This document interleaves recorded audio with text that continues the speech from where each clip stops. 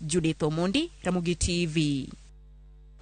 Jod buna mag kweth mar Azimio la Umoja wan Kenya Alliance oseyudo seyo kuom bedo kod pogruok e kinde magintiere od bura ma ne oneno e kinde kalo paro mar chik mar omenda e od bura mamalo. Penjo mamedo nyiedhore nyakwaro Mgajwang' e kind oganda en dibed ni jod bura mamalo ok mor kod kaka itayo gi od burano. Kose tenda Azimio la Umoja wan Kenya Alliance ma ok nigi yo makare matelo. Wata Nyambaga, miyo waler.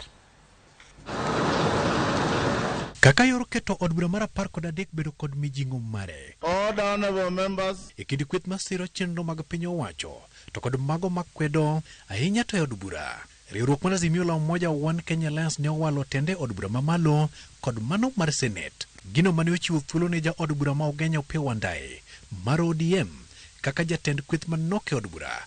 Ja od bura Masuna East Junet Mohamed mar ODM kaka jaleg wi kweth manok e od bura. Karobat Mbui mar Wiper Party kaka jalup Wandayi to ja od bura Mogwel Sabina Chege mar Jubilee ne omi lemo mar bedo jalup Junet. Lemo magikone to ne omi ja od bura ma Embakasi West Mark Mwenje mar Jubilee kata obedo ni Speaker Moses Wetangula to pod odiro lokruok makamane bwo lalo.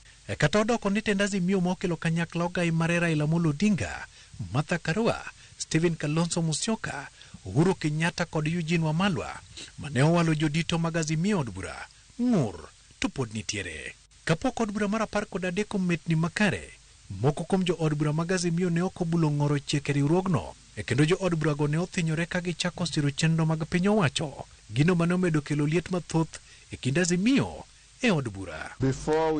Ka opogore kod paro mar chik mane geto choko mar osuru pacho ka, weche mathoth osetimore od bura moweyo ka oganda ni kod penjo ka jo od bura gogo bende manyo duoko manyalo reso Azimio e lwet sirikal kod kweth mathoth e od bura. Honorable Speaker, indeed the question. Penjo mathoth pod nyolore od bura. Ka penjo mokwongo, bende Azimio loso kod dwol achiel e od bura. Penjo mar ariyo, bende Azimio ne kod yie kod jotendgi e od bura. Penjo mar adek, koso bin nitiere moko mageto komo mak kod jotendgi e od bura. To mar ang'o, moko kuomgi ni kod ng'ur. Mogik, koso bin jodito mag Azimio ok osechiwnegi apaya makare maginyalo luwo. Penjo makamagi biro bang' jo od bura mag Azimio ne okoso bede achiel e kinde kalo paro mar chik mane geto medo choko mar osuru juma mokalo. Problem mabedo ni ji nyalo pinga gimoro, tekni gi pinge. Kata gimoro biro maber, kata gimoro biro marach. Ji nyalo pingo ni gini wapingo nikech ukwan mwakele. Mane pogruok.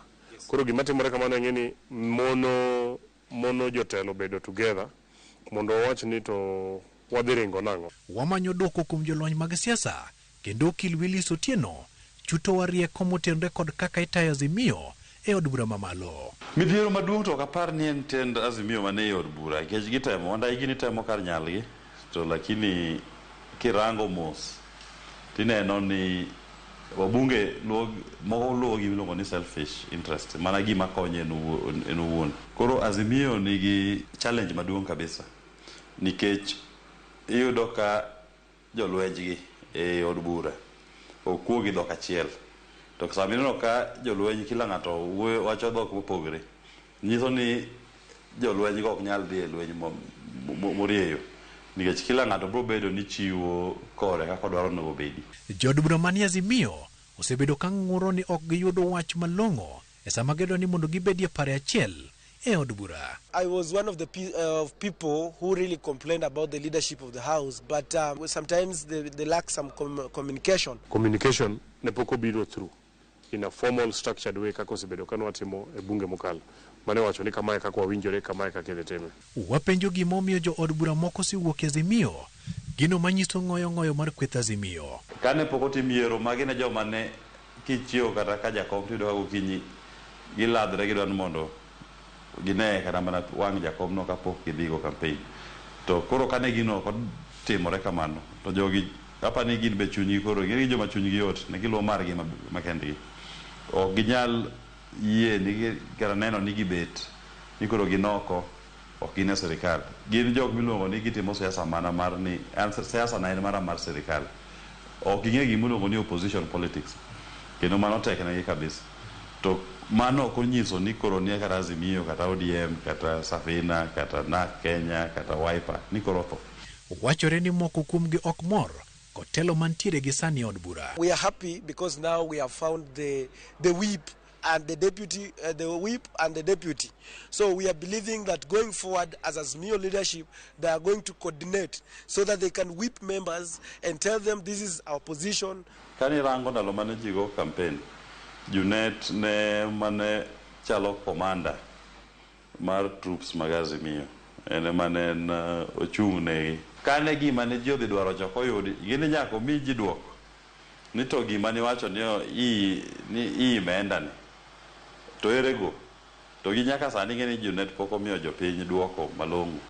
Jod burago ne oyiero mar wuok oko kaka yor ng'anyo, to moko nochano keko e od bura kendo rocho chenro mag twak. Majority of the members, we still have the numbers, and it doesn't matter even if they can defeat us on how many times, but we can also shout there, make the Kenyans know this is our position.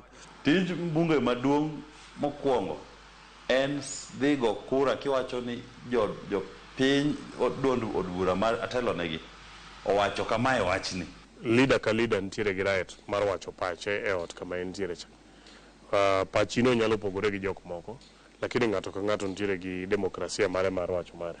To ntiere moko ma ka party okawo position, to koro nyaka uriuru mondo yudane ni kata ka chama wacho ni waluru kama, to explain nu gimomiyo ikawo msimamo no, to koro udhi mondo udhi ugoye kura. Koso gibiro seyo kuom jodito mag Azimio kod duond buche maggi. Azimio samoro ng'ato nyalo wacho ni ok gitim motegno. En gimiluongo ni ikawo line achiel to iluwo line no nyaka itieke. Yini samoro kuchako kaka kona gichako bipartisan ni nochak gi maandamano makendo maandamano jo Azimio no tingo gino malo maber kabisa. Kendo ne giseyudo chuny jopiny ba jopiny noyie gi wach mane jakom telo negi no. Then kapok odhi kuma no bedo gikie to gidhi bipartisan. Bipartisan ni boriembo then kumoro kanyo to wach bipartisan kendo dok piny.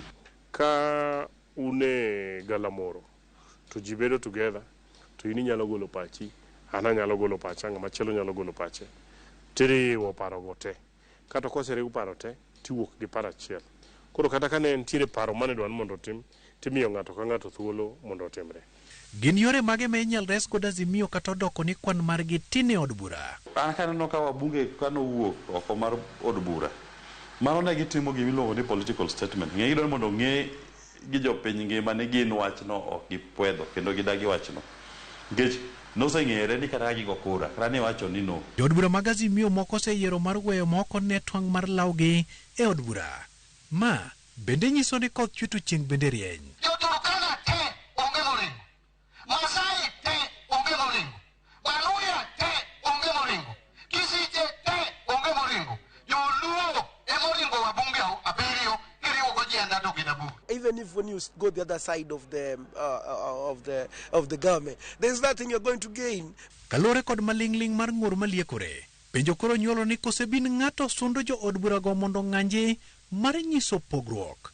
Ka ntiere critical issues, tiluongo members te. Moko ng'ade gibedo walungo wapimne ji kama kako timre. Kata an official communication inya orno kata simu, kata kamano to ji ng'eyo kaka ji donje gine. Nikech kok wachando nikech ng'eni mokwongo Azimio nigi minority sani. Walter Nyambaga, Ramogi TV, Nairobi.